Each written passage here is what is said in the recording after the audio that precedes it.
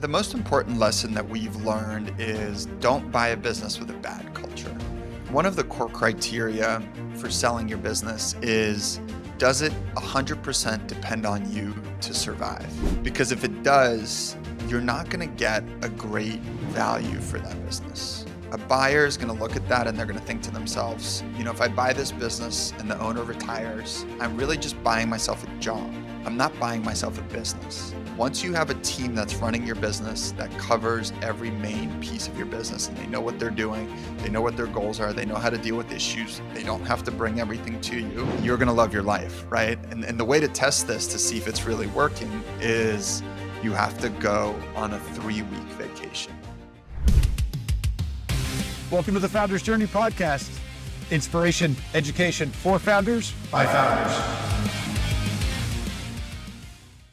Welcome back to the Founders Journey podcast. It's been a while, and unfortunately, Greg isn't here, but I'm solo, and I know Greg would make fun of me for talking too much. So I'm going to just ask questions and not talk too much because we have a really cool guest, someone I'm really interested in talking to because of his approach to funding and supporting businesses for long-term growth. It's amazing. I'm really fascinated by that. I actually have a company that I've had for 15 years. So it's near and dear to my heart. Sieva, did I say that right? Sieva? That's right. All right. Kozlowski is a founding partner of Enduring Ventures, and he's built this really cool venture model, and he buys software companies. Well, it sounds like all kinds of companies, really good fundamental companies. I'm going to throw it to him to explain what it is, because it's really important that you understand what he's doing and how it's different. Hey, Peter, great to be here. Good to see you. Yeah, so I'm happy to talk a little bit about what we do. I run a firm called Enduring Ventures. As we say in the name, we are a long-term holding company. So what that means is we look for wonderful businesses to buy that we want to hold for the long term. Now, we have 2 categories for our wonderful businesses. Category 1 is our steady Eddie category. These are businesses that are profitable, that have been around for a long time, and that are going to be around for a long time. So think a plumbing service business or a swimming pool construction company, a roofer, something of that type. And we're usually buying businesses that are somewhere between 3 to 15 million of profit per year, not revenue, but profit. So 10 million to 150 million of revenue. That's our steady Eddie category. And then we have a second category, which is our special situations category. These are businesses that are wonderful businesses that may have hit a speed bump in the road. Maybe they have a lender issue or they're not profitable because something happened with one of their customers for a period of time. In those situations, we have a very hands-on operating team that can come in and help the business. We can invest in it. We can buy the business. We'll work with the lenders in order to turn that business around and get it back to its wonderful, steady, long-term state. And we've been doing this for about 6 years or so. We own 20 businesses across those 2 different categories. I guess even before we started this, we were both entrepreneurs. So I have a business partner. His name is Xavier. I spent 10 years building companies, first an education business and then a clinical trial company that I sold. And he spent about 15 to 20 years building much larger businesses. One was one of the largest booksellers on the internet called Better World Books, which he sold. And then the second business was a very large off-grid solar company called Solar Electric, where they raised money from venture capitalists and they basically built hardware and software to light the homes of millions of people all across Africa who didn't previously have access to electricity. So we got together after being entrepreneurs for a while. We've been friends for a while as well. And we said, we want to build the last business that we ever built. And we came up with this concept of Enduring Ventures. We intend to do this forever. So your special category, is that where, because I've read some of the things you do, is that where you would find maybe a company that was in the private equity or venture kind of model that really was maybe a slower growth company? Do you have any companies like that were in this model that they looked for massive growth, but it's really maybe more of what your steady Eddie business would be potentially? Do you have any companies like that? So when we started this journey 6 years ago, we set out to buy businesses in the steady Eddie category first. Yeah. And that's what we Yeah. told some of our investors. We said, look, we're going to go buy these great businesses at fair valuations. We're going to hold them for the long term. We'd been looking for businesses for about 6 months. We looked at thousands of different companies from all over the place, brokers, websites. We talked to owners, and we hadn't quite found the right fit for what we were going to do. And we received this email announcement from a business called Upcounsel.com. And the announcement said, unfortunately, after about being 10 years in business, we're going to shut the business down. We're no longer able to raise funding from VCs, and we're going to sunset the business. And this was actually a product that I'd used a number of times in my previous companies to hire a lawyer. It's a lawyer directory, basically. So if you're a company owner and you need something done, you need incorporation paperwork, you need some real estate acquisition documents or business acquisition documents, Hmm. you can go to upcounsel.com, place a job, and lawyers will bid on it, and you can then see their reviews. You can see how much they want to charge you, and then you can hire a lawyer. And I'd actually found some really incredible lawyers through this, and was saving anywhere between 50 to 80% from using one of the larger brand name firms that charge you a ton of money. So when I received this notification, I talked to the shutdown notification from the owners. I reached out to Xavier. I said, hey, here's a business that's, I think, a great business, but it looks like they're shutting it down. Should we reach out and see if we can buy it? Um, and it just so happened that through our networks and in Silicon Valley, because we're both kind of tech founders by background, it just so happened that we had a connection to one of the owners, and we reached out. Um, Offered to buy the business. And of course, they didn't expect that. So we are able to negotiate a pretty quick and fair deal. And in about a week, we bought the business, which had previously been losing quite a bit of money. But we bought it for a fair enough price that we had a shot to turn it profitable. And we did that with our team. And we ended up having a nice kind of profitable software business that served a very important niche, for a very fair price. So it's kind of a win-win for everyone, right? We got a good price, we got a good business, and for the owners, they got a good outcome for themselves, and they got to ensure that the business continued living on. And that experience taught us that it kind of gave us this insight into this opportunity where in venture capital, people raise a lot of money to build a massive business, right? So they're trying to build the next Uber, they're trying to build the next Airbnb. Yeah. They need to go from zero to billions of dollars of valuation pretty quickly. VCs will fund this company, founders, step on this rocket ship journey. But unfortunately, the VC stats are basically 1 out of 10 of these companies will survive. 9 out of 10 will just fail. Will fail or will sell maybe for the price of the equity that they raised.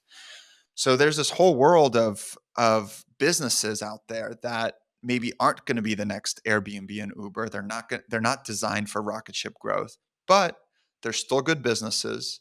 They still have good products that should exist in the market.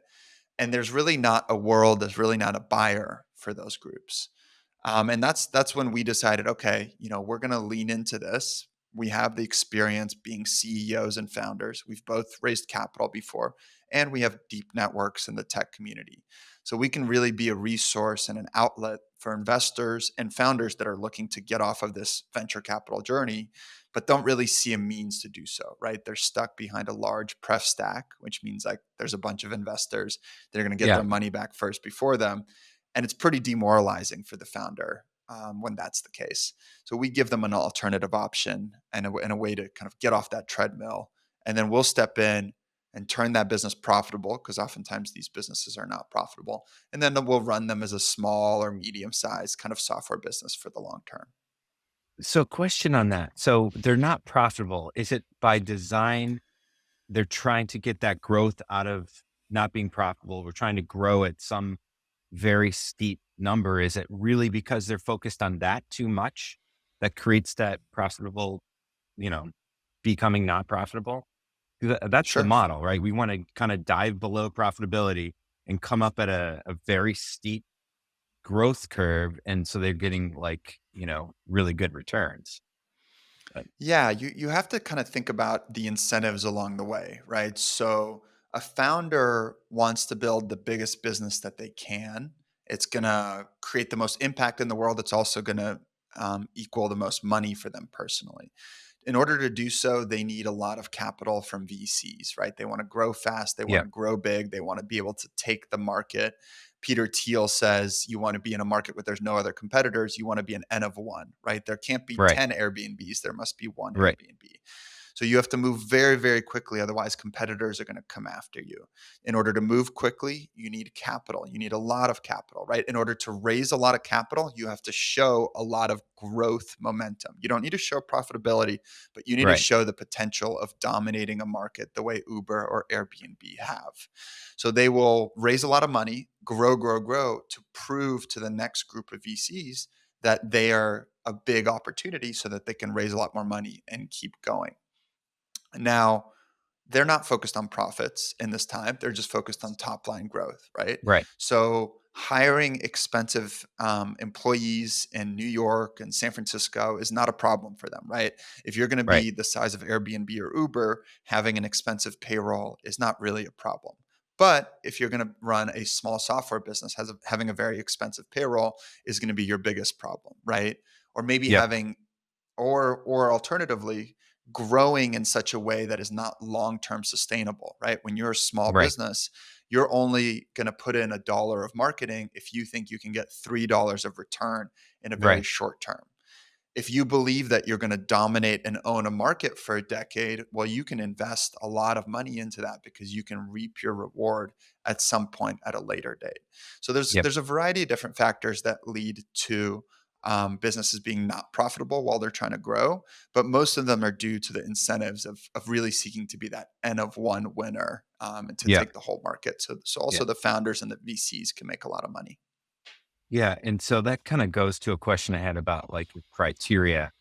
What is your criteria when you look at a company, maybe like that? And it could be your steady Eddie. Those are probably a little more obvious, but what is the criteria you look at a company when you're thinking about buying it? I think the first thing to understand is what are we seeking to do in a private holding company? The goal of a private holding company is, or the goal that we've kind of identified, is to build a perpetual cash flow engine. The reason to build a perpetual cash flow engine is because when cash comes in, that becomes the balance sheet, basically our investable capital, right? The more investable capital we have, the more investments we can do. And that's really when the compounding begins for the cash flow that we are generating. That really allows us to grow bigger and bigger and do more investments and be involved with more businesses. So, because of that, when we're looking at investments, we're really backing into how is this investment going to increase our investable capital base? How is it going to allow us to increase the compounding effect of our cash flow?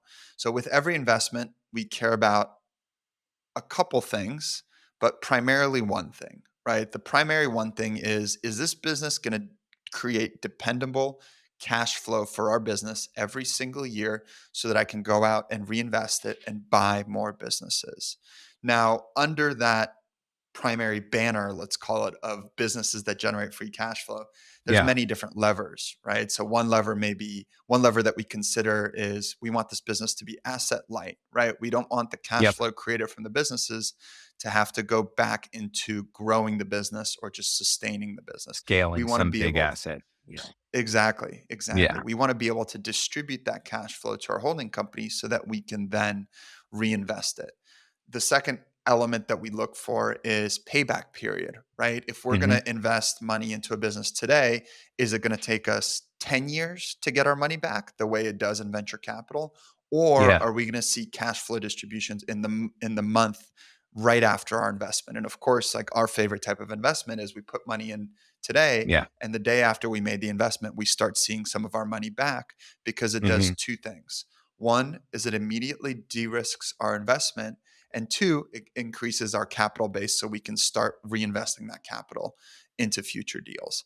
And I'll say this, like we run a private holding company. So we have a certain set of incentives, right? We want to grow it. We want to own more companies. We want to build great businesses.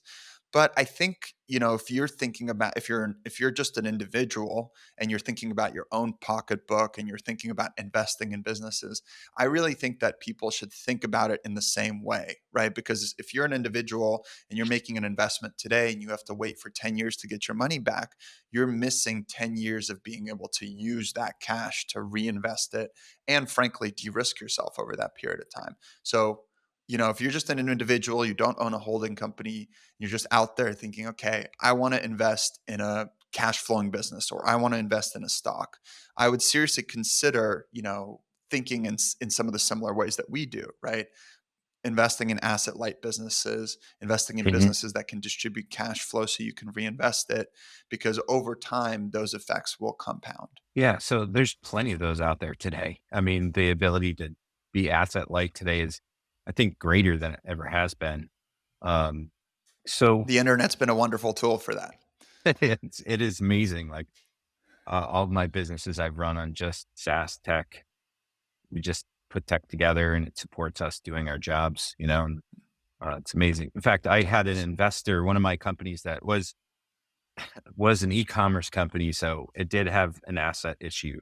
One of the investors loved it so much. This is going back to like 2005 because we could run it from anywhere. We had all of our technology for running warehouse and everything, very, very lean because it was all SaaS based technology. And he actually loved it just because of that. He's like, I love this. You could do this anywhere.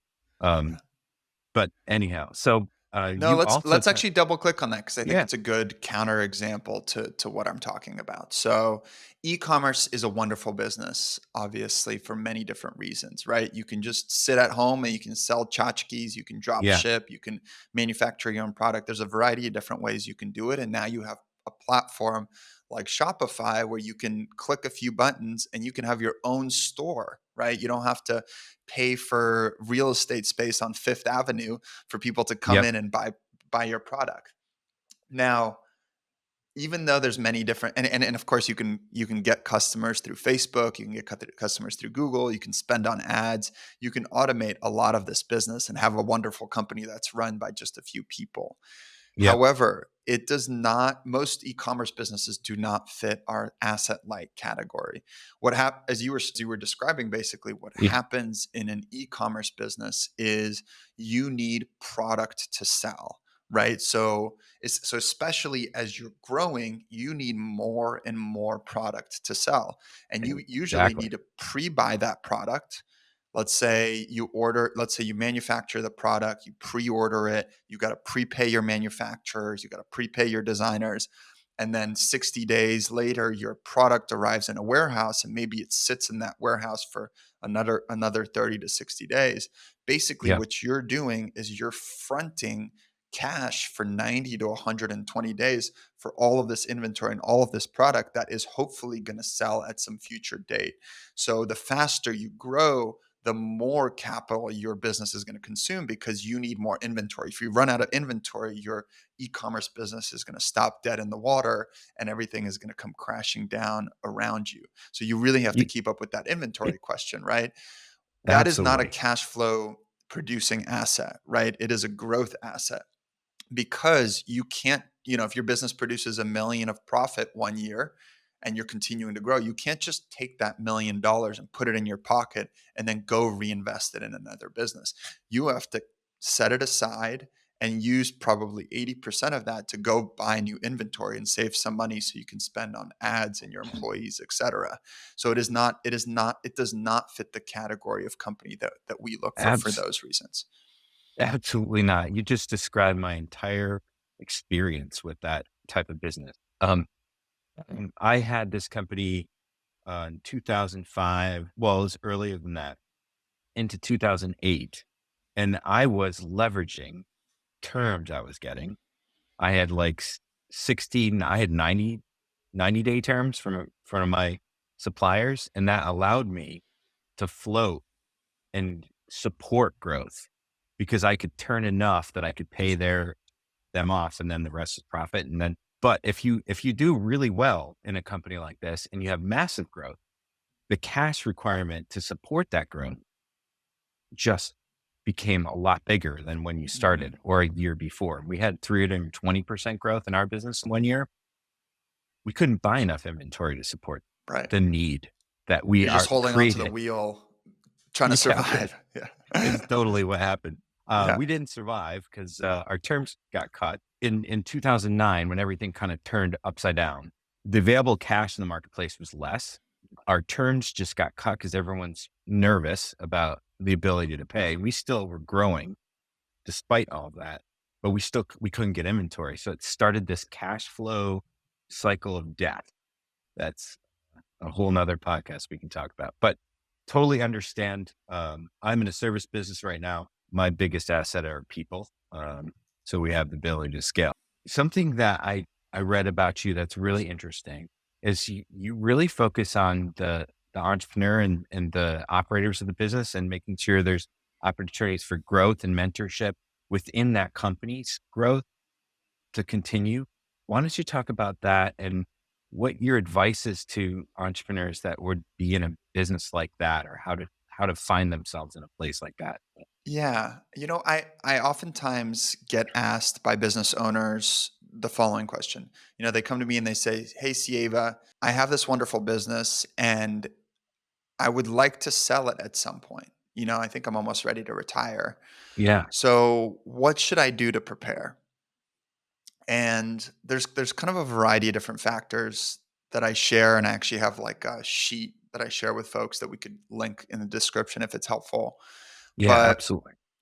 one of the core criteria for selling your business is, does it 100% depend on you to survive? Because if it does, you're not going to get a great value for that business. A buyer is going to look at that and they're going to think to themselves, if I buy this business and the owner retires, I'm really just buying myself a job. I'm not buying myself a business. Yeah. And when you are considering selling your business in a few years from now, you really need to understand the distinction between those two elements. Are you Do you have a job that pays you well, or are you running a business, right? And you need to get away from having a job and you need to get towards running a business. And there's a variety of different pieces to this, but one of the core elements is having a team, having a good management team, making sure they're trained up, having systems, so standard operating procedures, so that if somebody comes in from the outside and one of the employees doesn't show up, they can pull up a document that explains that the job of that employee down to the last detail, and they can just pick up and continue running the business. Now, most small businesses don't have that, right? Here's how most small businesses work. Let's think of a general contractor, for example. I'm an owner of a general contracting business. I run around, I'm looking for different customers. I'm asking my friends for referrals. I'm asking homeowners for referrals. I get a referral. Then I go and I pitch my business to that customer, right? They ask me for an estimate. I go home, I write up an estimate. I come back, I pitch them the estimate. Once they accept my job, I call on the different subcontractors. I'm looking for an architect. I'm pulling all the pieces together. Then another job that is ongoing is having an issue. So I run over there and I take care of that issue. It's controlled chaos. They can do this for Yeah. decades, right? An owner gets used to it. They're in flow. They understand, they're my friend called it managing by walking around, basically. So they can just walk around and they know exactly what's going on. They have an innate feeling for what's going on. But a buyer coming in from the outside can't do that, right? There isn't a sales process there. There isn't an estimating process there. There isn't even like a customer service or a warranty dispute process there. So as a business owner, you need to move towards having systems. You need to move towards having processes that answer all of those questions. Now, if you do this and you achieve this, the benefit is you're going to live a much happier life as a business owner. Not only is your business going to be worth more to a potential buyer and therefore create more personal wealth for you and your family, but once you have a team that's running your business that covers every main piece of your business and they know what they're doing, they know what their goals are, they know how to deal with issues, they don't have to bring everything to you, then you're going to love your life, right? And the way to test this to see if it's really working is you have to go on a 3-week vacation. which may sound crazy to most owners, right? Most owners have been doing this for 20 years. They've never taken more than 1 week off because when they do, their staff are calling them, we have this fire, we have this issue. How do I deal with this problem? And they're helping their staff deal with those problems. What you need to do once you set up these systems, once you hire the team, is you need to go on a vacation. Start with 2 weeks, and then the following week, go for 3 weeks. Don't answer your phone. Don't answer your emails. Ideally, go somewhere where you're just not going to be able to have contact with folks, because what'll happen is in your business is in the first week you're gone, people are going to panic a little bit. In the second week, they're going to start figuring how things work.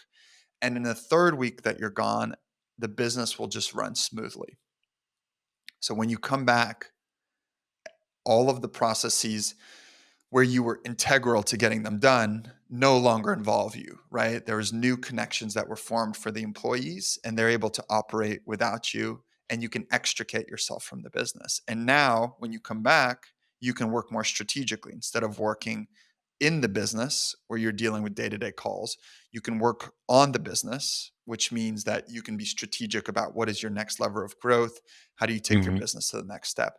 Now, be careful. If you've never done this before, warning, don't just go on a 3-week vacation. It doesn't work like that. Your business may fall apart if it's not You have prepared, to have the okay? process, right? You have to have the team, you have to have the Yeah, process, you have to have the systems, and then start with 1 week, go to 2 weeks, and then go to 3 weeks. But you have to get to 3 weeks. That is the ultimate test. I love that 3-week vacation. So you said controlled chaos and this walk around management style. Do you think the fundamental reason that an individual that's in a business like this doesn't transcend it is because of control? Like they didn't ever give up control and they're like, oh, they need to go to me. And I know these people and I don't need to tell them because I know, and I'm just going to fill that role. It sounds like it's a control thing. Is that kind of what you're saying? Yeah, I think that's right.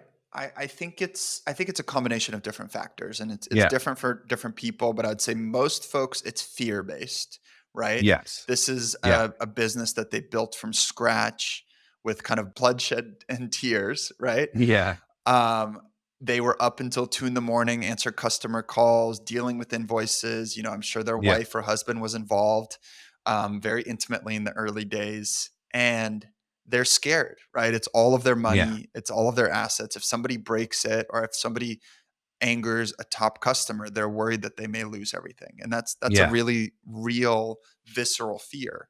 That's one element. The second element is nobody can do it as good as me. Right. Yeah. And there is some truth to that sometimes, right? There's a reason a business owner is a business owner, and most people are not business owners. It's very hard to do what business owners do. And the third thing is a bit of lack of imagination, right? Is like they have not seen, they maybe haven't worked at a bigger company where they've seen how this is done properly. Sometimes it's somebody who, I went to a plumbing academy, I worked at a small plumbing shop, and then I started my own plumbing company. Now I have 20 employees. They are bigger and more kind of evolved than anything they've ever been involved with. So they don't really see how do they take themselves out of the estimating process? How do they take themselves out of customer service while still keeping the customers happy? So it's really those three elements, and I think it takes a little bit of like practice, coaching, mentorship to get there for folks that fear taking that step. What kind of culture do you look for to cultivate in a company to support that long term growth? Like, because culture comes up and down and it changes. It's constantly moving in an organization. How do you foster that for long term? Yeah, the most important lesson that we've learned is don't buy a business with a bad culture. I think out of the 20 businesses or more that we've bought, in our early days, we bought two businesses where we could tell something was off about the culture, that either the dynamic between the employer and the employees was really negative, or that some dynamic between the employees was very negative. And we kind of thought to ourselves very naively, by the way, we'll buy this business. We'll fix the culture. We're good people. We can do this. Yeah. We'll set people on the right path. And we figured good people want to work in a good culture. Um, and we couldn't have been more wrong, basically, is kind of the learning from that. Culture is something that permeates deep into the DNA of a business. It permeates deep into the psyche of the people that are working there. And it actually permeates to all of the different areas of the actual business and the economics itself. How do you treat customers? How do you deal with the financials? How clean is your office, right? Culture is Hmm. like this like silent hand that affects everything, not just, people's interpersonal dynamics. Hmm. And we didn't really learn that until after we bought those businesses. And basically what we learned is you actually can't fix culture.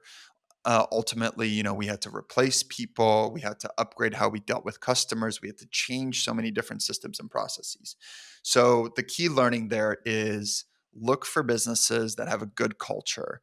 Look for business, and culture is manifested in a variety of different ways, right? Hmm. When you show up to the office, are the windows clean? Right. When you step into the lobby, is there a mess everywhere? Is there, trash everywhere, or are things clean? Same thing if you're diligencing a manufacturing plant. If you come in and there's oil everywhere or there's dust everywhere, that is an indicator. That is one small indicator of the greater culture that that company has. Yeah. And oftentimes, I've talked to people who buy manufacturing plants. They'll say, "Oh, if I show up and it's dirty or it's messy or there's papers everywhere, usually I'll just stop my tour and I'll kind of move on to the next company because you don't want to have to Yeah. deal with solving problems of culture. There's many different problems that you can solve. Solving problems of culture are not the ones that you want to solve. Now, alternatively, on the other side, the other 18 plus businesses we've bought had Hmm. wonderful cultures, great relationships between owners and employees, very familial type relationships. One indicator of this is tenure. Are the employees on the roster, have they been around for 1 or 2 years, or have they been around for 15 to 20 years? If you find a company where there's great people that have been around for many people that have been around for 15 to 20 years, you have found a gem, and you should really like double click and find out why. Yeah. So, our impact on the culture is we attempt to keep the culture largely the same or similar to the one that the owner defined for their companies. And Hmm. we think that is a signifier of success. So, we don't come in with our outside perspective and say, company A, you guys need to have the same culture as company B, and this is how we're going to Right. get there. What we do is we try to come in and understand the culture of that company, understand what is it that motivates people, why are they excited to work in this place, and then we seek to support that culture and support that structure, and frankly support the CEO and GM, who's really the one that maintains that culture on a day-to-day basis. Yeah. And so this culture, and this is a question that I was thinking about when I looked at your motto. Do you think that when you show up, when a private equity firm shows up or someone shows up, it's scary, right? If you're an employee, you're like, whoa, everything's going to change. Because you have this long term view, do you think that enhances the ability for your culture to just permeate? Because when you're with someone and you trust them and the team's tight and they're together, like you said, long term, it's because they feel like they're cared and they're heard. You would assume, right, that that's part of it. That long term view from your perspective is really kind of supporting that, isn't it? I mean, what is your Yeah. feedback or have you seen? Yeah, let's talk a little bit about the difference between private equity and Yeah. holding companies, long-term Yeah. holding companies. So, in a private equity model, funds, and we'll talk about fund structure, we'll talk about some incentives here as well because it impacts the outcome. The Yeah. outcome is in the private holding company, we hold businesses for the long term. That's our promise to owners, and that's our intent. In private equity, their intent is to buy businesses, roll them up together, and then resell them at some Yeah. period in the future, usually 3 to 5 years from now. Right. Now, the reason that is in private equity is because they have a 10-year fund life, 8 to 10 year fund life, and they usually have a 3 to 5 year deployment window, meaning they can invest for 3 to 5 years, and then at some period between now and 8 to 10 years from now, they need to get all of their money back to their investors. Yeah. So if they buy your company in year 5 of their fund, they can only hold your company for about 4 years, 3 or 4 years before they must sell it in order to return capital back to their investors. If you're a business owner, let's say you own a wonderful plumbing company, You have a great team culture. You have a bunch of employees who've been around for 20 plus years. And you meet with a private equity firm and you really like them. I mean, look, like I have a lot of friends who are in private equity. I don't have anything against private equity. We're just Yeah. two different models and two different, and Yes. in my opinion, two different outcomes because of that. You're an owner who meets with a private equity firm. You really like them. These guys are solid. They seem honest. They work really hard. There's a lot of firms like that, right? So you decide, okay, I trust them with my team. I trust them with my legacy. I trust them with my brand. I trust them with my company, right? It's going to live on in these people's hands. Great. You sell them your business. Then 4 years later, that private equity firm has to sell your business again. Now, that private equity firm's incentives are not your legacy or your customers or your family members or your employees. That private equity firm has one goal and one goal only, and it is to maximize shareholder returns, right? It is to get the best price for their business. So now Mm. you've sold your business to a group that maybe has to resell your business 3 years from now to the highest bidder. And you have no idea who those people are, right? So they may fire some of your employees, they may start cutting corners with your customers. Again, that private equity firm, the second private equity firm, they're going to need to sell your business in 3 years again. And somehow they need to eke out a profit. And that may mean cutting corners, that may diminish your brand, that may change how your employees feel about the business that they're working in. So Maybe there's a getting rolled up with a bunch of other companies. So it's a different company when you do that, you know? right. You're getting rolled up with different companies. They're probably putting in their own managers. They're changing the culture of the business, and then Yeah. they're selling it to another group. When we buy a business, inevitably there's going to be some change, right? We can't just say like, look, like nothing's ever going to Yeah. change because it's oftentimes not the same owner running the business if they want to Right. retire. We do have a program that if they want to stay, they can sell us a piece of their business. They can stick around. We've done that a bunch of times. We love that as well. But if the owner wants to retire and we have to hire a new manager from internally, then or sometimes externally, then no matter what, some things are going to end up changing over time. Just our intent is not to package the business up and resell it. Our intent, of course, is to hold the business for the long term. So our incentives are we want to reinvest in the business. We want to take care of the employees.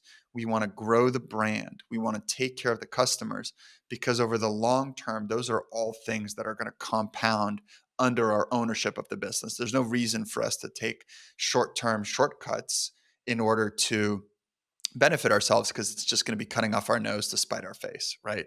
We're going to hold this business for the long term. We want to make sure that the employees are happy. That's amazing. Cause basically it's a just fundamental basic business, good practices support that long-term growth that you're saying. Um, Taking care of employees, keeping them there. The longer they are, the less turnover.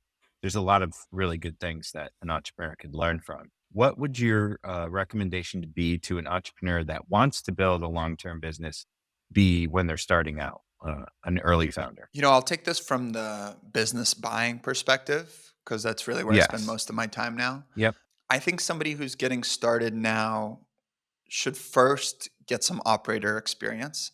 So if you've never Yep. worked in another company before as a manager or a leader, you should really go try and do that first because there's a lot of things you can learn while also getting paid a salary, right? So it's basically like Yeah. getting a free MBA. Yes. You go Love work it. for somebody else, you put in a lot of time and effort, of course, but they're going to teach you how a business should run. And ideally, you pick a good business to work for and not a Yep. shoddy business to work for.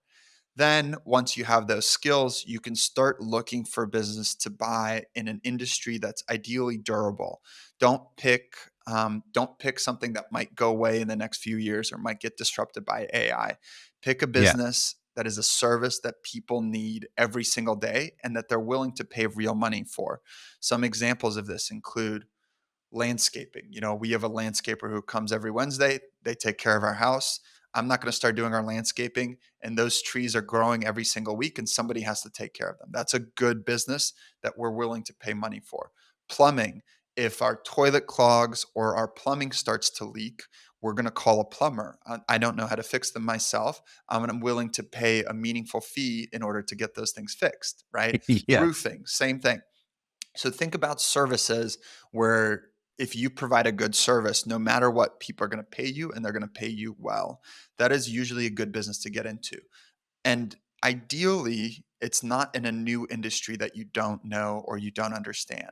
Ideally, it's in a business that you already apprenticed for, where you worked for a much bigger company and you learned all the ins and outs, because every single business is quite unique. And unless you have the specific experience in that industry, you're coming in with a disadvantage. And that it may take you, 6 months to a year to really learn that business for you to be able to run it properly. Yeah, absolutely. This has been great advice. I love your um, practical MBA. I totally believe the same thing. Go work for someone. If you love a business or an industry, go work for someone, learn.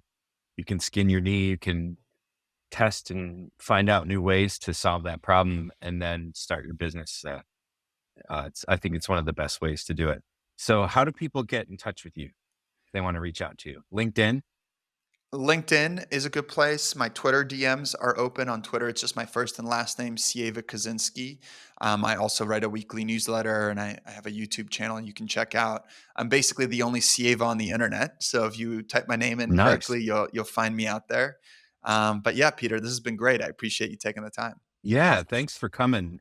So if you liked it, comment, ask a question. I'm sure I'll answer it in all the social channels. But thanks a lot for coming on.